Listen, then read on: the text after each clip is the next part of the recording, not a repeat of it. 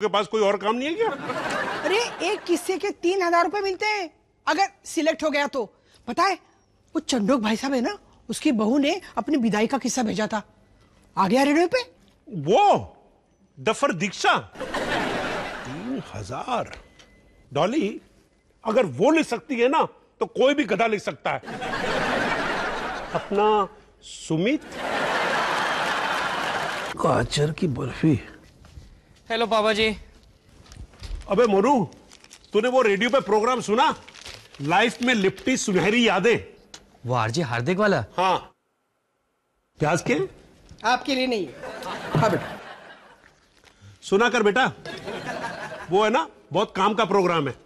वो अपने चंडोक भाई साहब है ना, उनकी बहू दीक्षा ने अपनी कहानी लिख के भेजी, सेलेक्ट हो गई। पता है कितने रुपए मिले उसको? मोनू खा ना बेटा।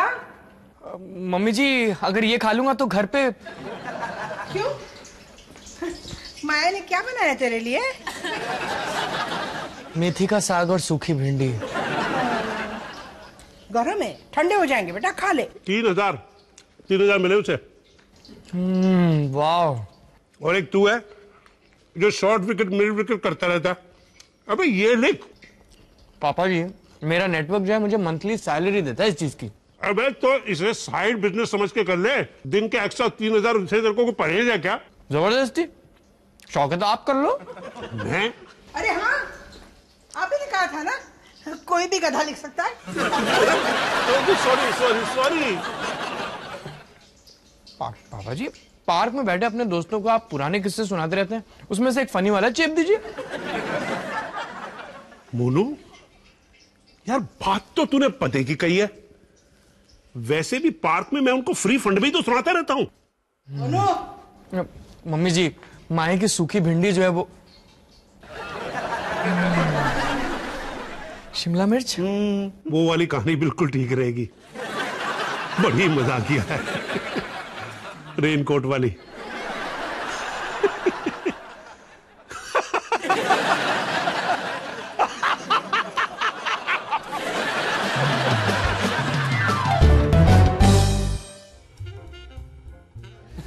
हेलो दी एवरीबॉडी, फैमिली मेंबर्स। भाई जिसको अभी मेरे ऑटोग्राफ लेने हैं ले ले, क्योंकि हो सकता है बाद में मेरे को टाइम ना मिले। मतलब ये बेटा कि आज रात ठीक 10 बजे रेडियो पर आरजे हार्दिक सुनाने वाले हैं ग्रेटर कैलाश के जसबीर वालिया की लिखी एक सुनहरी दास्तान, आई एम द फेमस। करो रेडियो को ऑन करो। वाह मम्मी जी ये कब हुआ, आपने तो बताया ही नहीं। पापा जी सरप्राइज देने वाले थे, जब सिलेक्ट हो गए खुद सरप्राइज हो गए। डॉली ये देख, ₹3,000 ओनली, बेरर्स चेक है। वाह पापा जी अब तो पार्टी बनती है। हाँ जरूर बेटा, कल ही मैं तुझे चांदी चौक ले चलूंगा और मंगोड़ी की पकौड़ी खिलाऊंगा। घर पे बना लूंगी मंगोड़ी की पकौड़ी। अरे जब से राइटरगिरी शुरू की है ना, मेरे हाथ की 50 कप चाय पी चुके, तब जाके दिमाग चला इनका। वैसे डॉली की ये बात एकदम ठीक है। यहां डॉली की चाय अंदर गई, वहां कलम से अल्फाज छूटते हैं, जैसे कि चाय नहीं स्याही पिला रही। वैसे दोनों का टेस्ट सेम ही था। भूल जाओ पैसे को। सुमित 10 बज गए, रेडियो 10 o'clock। हार्दिक के दुलारे दोस्तों, अगला खत भेजा है ग्रेटर कैलाश के श्री बलबीर वालिया ने। बलबीर जी ने बहुत ही खूबसूरत कहानी लिखी है अपने बचपन के दिनों की। शीर्षक है बाबूजी का काला रेनकोट। लिखते हैं, जब मैं 12 साल का था तो मेरे बाबूजी के पास एक काला रेनकोट था। बाबूजी जब दफ्तर जाते तो हम भी बारी बारी उस रेनकोट को पहनकर, हुड लगाकर, प्लास्टिक गन लिए उसमें जेम्स बॉन्ड बनने की एक्टिंग करते। उस रात एक तेज आंधी आई और रेनकोट मिलने का नामो निशान ही नहीं।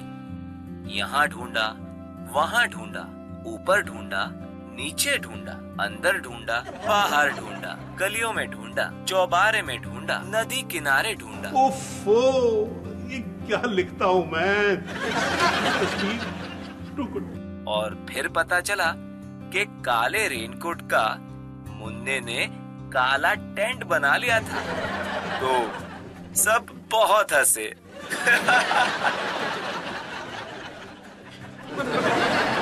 देखो, I mean, सुनो, by grace of good god खुशी से आंखें भर आई मेरी।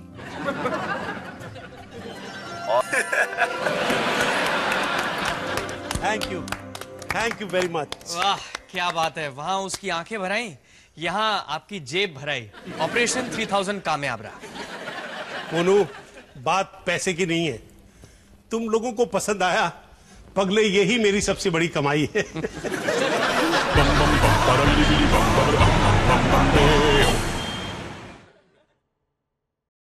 नादान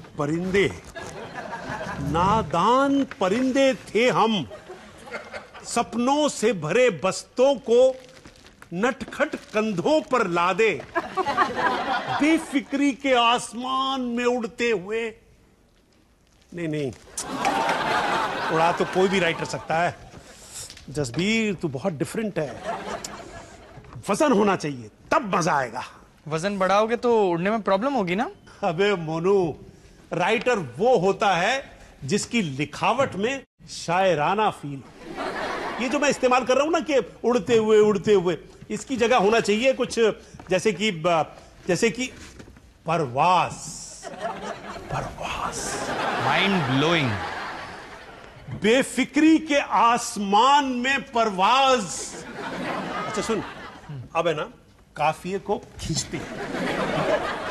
बेफिक्री के आसमान में परवाज करते, पॉलीथीन के परों को फुरफुराते, फड़फड़ाते नादान परिंदे। मेरी लिखावट में है ना आम आदमी की खुशबू आनी चाहिए, जी के जैसे हाई क्लास एरिया से लेके फगवाड़ा के किसान की। वो किसान, उसके लिए तो मुझे भी मैच रिपोर्ट लिखनी है, तो मैं चलता हूँ। सी यू गाइस। लेकिन नमित की नजर तो हमेशा पढ़ाई की बजाय पड़ोस की चूल्ही पर रहती है। वो मेरी दाल गल रही है तो। चूल्ही याद है मुझे, चूल्ही।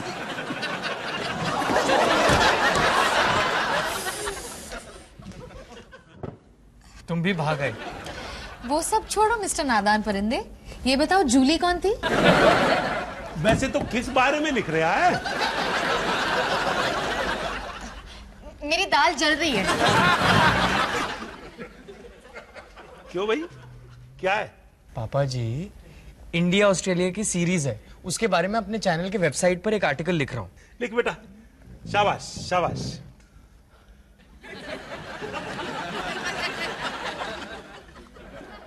अकोमोडेशन में एक एम होता है ना? अच्छा, ये फुल स्टॉप की जगह ना 2 कोमा ट्राई कर। पापा जी, आप अपनी हार्दिक वाली कहानी जाके क्यों नहीं लिखते, वो नादान परिंदे वाली? बेटा, वो बिरयानी तो धीमी आंच पर अब अपने दम में आ रही है। ये अपने हार्दिक की लाइन है।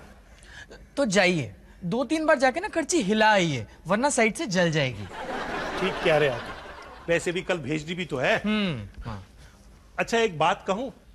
यस पापा जी। जब मैं रिटायर हुआ था ना, तो सोचता था इनिंग्स खत्म अपनी।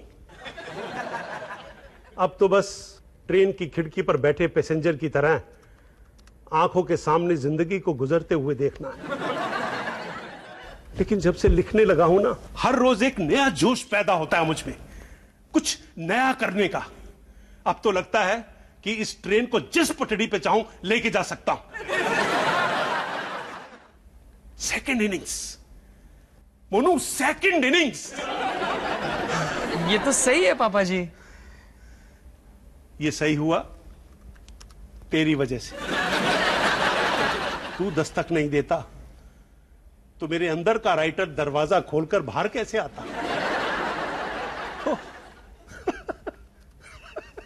अब तो मैं राइटर की तरह बोलने भी लगा हूं। कितना लकी है तू बोलू, तेरे को ये हुनर विरासत में मिला है। पापा जी, बिरयानी। हाँ, पकती हुई कहानी और पकती हुई बिरयानी को ज्यादा पकाओ तो लोग पकने लगते हैं, ऐसा अपना हार्दिक कहता है।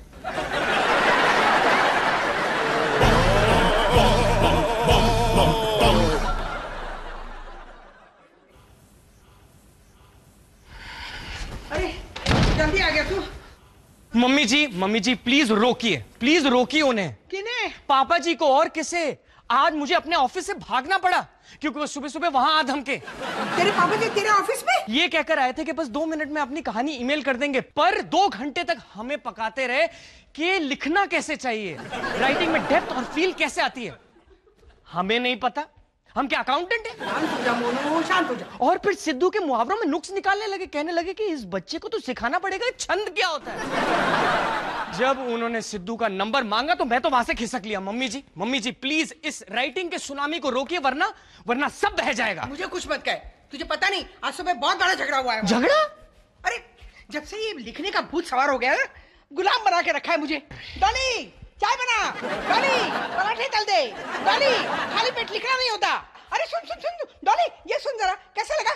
और अगर मैंने कुछ बुरा कह दिया ना तो बस डॉली तुझे कुछ नहीं आता, गवार है तू। जबकि आज मैंने पलट के जवाब दे दिया ना तो देख, ये देख, चाय की बोतल पटक के निकल गए। अरे 2 घंटे से दाग निकालने की कोशिश करी हो, दुनिया दर्द होने लगी, लेकिन दाग वही के वही है। मम्मी जी पता है, ये टेबल मेरे दहेज में आई थी, मेरे पिताजी ने इसके 2 पैर लगवाए थे, सब तेरी वजह से हुआ है।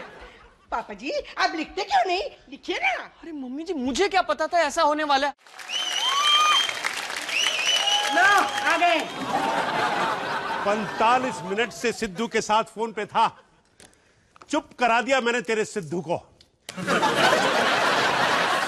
ऐसे मुहावरे फेंक के मारे कि मुझे तो शक है कि उसने पेपर पेन लेके कैच कर लिए होंगे और अगले टीवी प्रोग्राम में मेरे ही मुहावरे सुनाएगा। आपने सिद्धू को मुहावरे सिखाए? हाँ। सिद्धू को? हाँ। उसने आपका नाम तो नहीं पूछा? मुझसे क्या पूछता, मैंने खुद ही बता दिया कि मैं तेरा बाप हूं। कलम की ताकत अच्छों का सर कलम कर सकती है, अपना हार्दिक कहता है। पापा जी आप 3 क्या मुझसे 30,000 रुपए ले लीजिए, पर उस हार्दिक का नाम इस घर में मत लीजिए। मोनू, अब मैं पैसों के लिए नहीं, खुद की खुशी के लिए लिखता हूं। और हमारी खुद खुशी के लिए। जब से लिखने लगा हूं निडर हो गया। निडर? वाह, क्या तखल्लुस रहेगा मेरे लिए। जसबीर वालिया निडर कैसा रहेगा? नो डर नी डर। पापा जी मुझे लगता है अब वक्त आ गया है जब हम लोगों को ना कुछ बातें बिल्कुल बेझिझक होकर कर लेनी चाहिए। सच? मैं भी यही सोच रहा था। क्या? कि कुछ बातें मुझे कह देनी चाहिए। मोनू, तूने मेरी झिझक मिटा दी। Just second.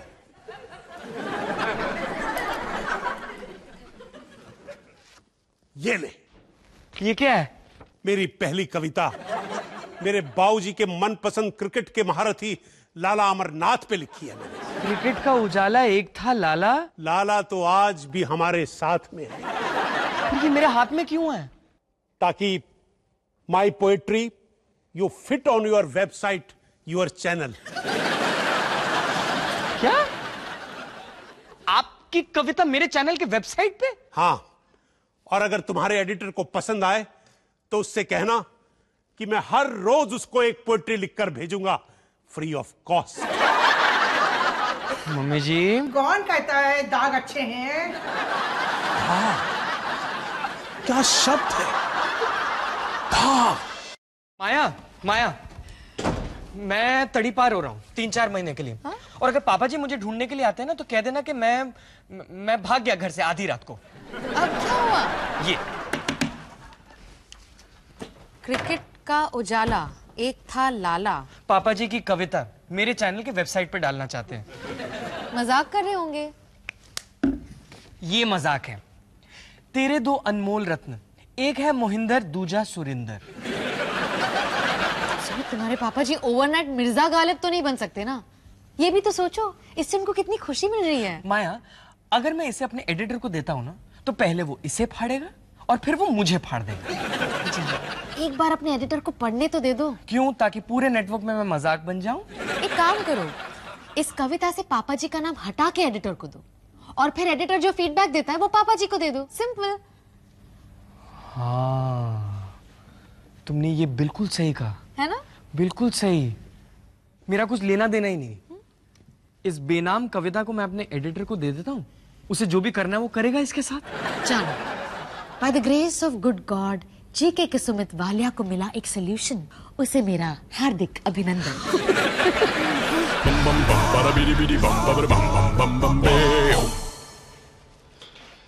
अभी सो गया। एडिटर। हाँ अनमोल सर। हाँ, आपने वो कविता पढ़ी क्या? नहीं नहीं, मैंने थोड़ी ना लिखी है, वो तो मेरे पड़ोसी के पड़ोसी ने लिखी है। मैं तो उसे ठीक तरह से जानता भी नहीं हूं। हाँ। अच्छा, कैसी लगी आपको वो कविता?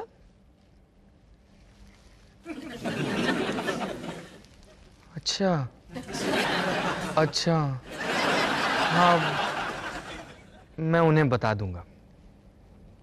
Thank you sir, thank you so much. मत पूछो, मत पूछो मेरे गुनहगार कान।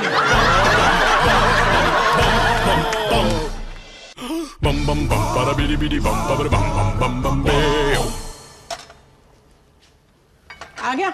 समोसा तल दूं? नहीं मम्मी जी। डॉली, मेरे लिए टमाटर सैंडविच बना दे, सुबह से दिमाग नहीं चल रहा है। सिर्फ मुंह चल रहा है, होटल बंद हो चुका है। फ्रिज पे ना ब्रेड पड़ी है, हाँ खुद बना के खा लेना। मैं चली बेहोश होने बिस्तर पे, टमाटर का सैंडविच चाहिए। अगली कविता ना इस पे लिखूंगा, रसोई की डायन। पापा जी, मेरे एडिटर ने आपकी कविता पढ़ ली। अच्छा। और वेबसाइट पे कविता नहीं छपती। भाई फर्स्ट टाइम होता है ना हर चीज के लिए। नहीं, नॉट पॉसिबल। अरे पर उससे कहे कि वो अपने ब्लॉग पे डाल दे, ये तो चलता है आजकल। मैंने उसे बोलने की कोशिश की, लेकिन उसने कहा कि टोन नहीं मैच होगा। टोन मैच नहीं हो रहा? अबे ये कविता है या नेल पॉलिश? किस टाइप का गधा आदमी है तेरा एडिटर? वो गधा तो नहीं है, वो तो। अच्छा तू ये बता कि मेरी कविता पढ़ने के बाद उसने कहा क्या? मुझे याद नहीं है। याद नहीं? तुझे कहा और तुझे याद नहीं? देख सुमित, तेरे एडिटर ने जो जो कहा है ना, मुझे वर्ड टू वर्ड बता। पापा जी छोड़िए ना, सुनकर क्या फायदा होगा? फायदा नुकसान तू मुझे मत समझा। कहा क्या उसने? उसने कहा कि मजाक है। मजाक है? और क्या कहा? पापा जी, क्या कहा उसने? और उसने कहा कि बहुत ही बचकाना है। बचकाना? मजाक? और उसने ये भी कहा कि बस सब समझ गया। आई एम सॉरी पापा जी। नहीं, ठीक है। आप उसे सीरियसली मत लीजिए, वो तो एक नंबर का गधा है। और हमें वेबसाइट की जरूरत क्या है, जब हमारे पास अपना वो आरजे हार्दिक है ना। हार्दिक? वो तो उससे भी बड़ा गधा है। पहले साले के पास ही गया था मैं, लेकिन उसने भी कहा बचकाना, मजाक। तभी तो तेरे वालों को चेप रहा था। नहीं, पर अब सब खत्म हो गया,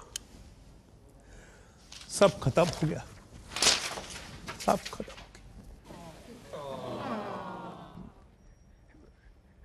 ऐसे कैसे? एक कविता छपी नहीं तो सब खत्म?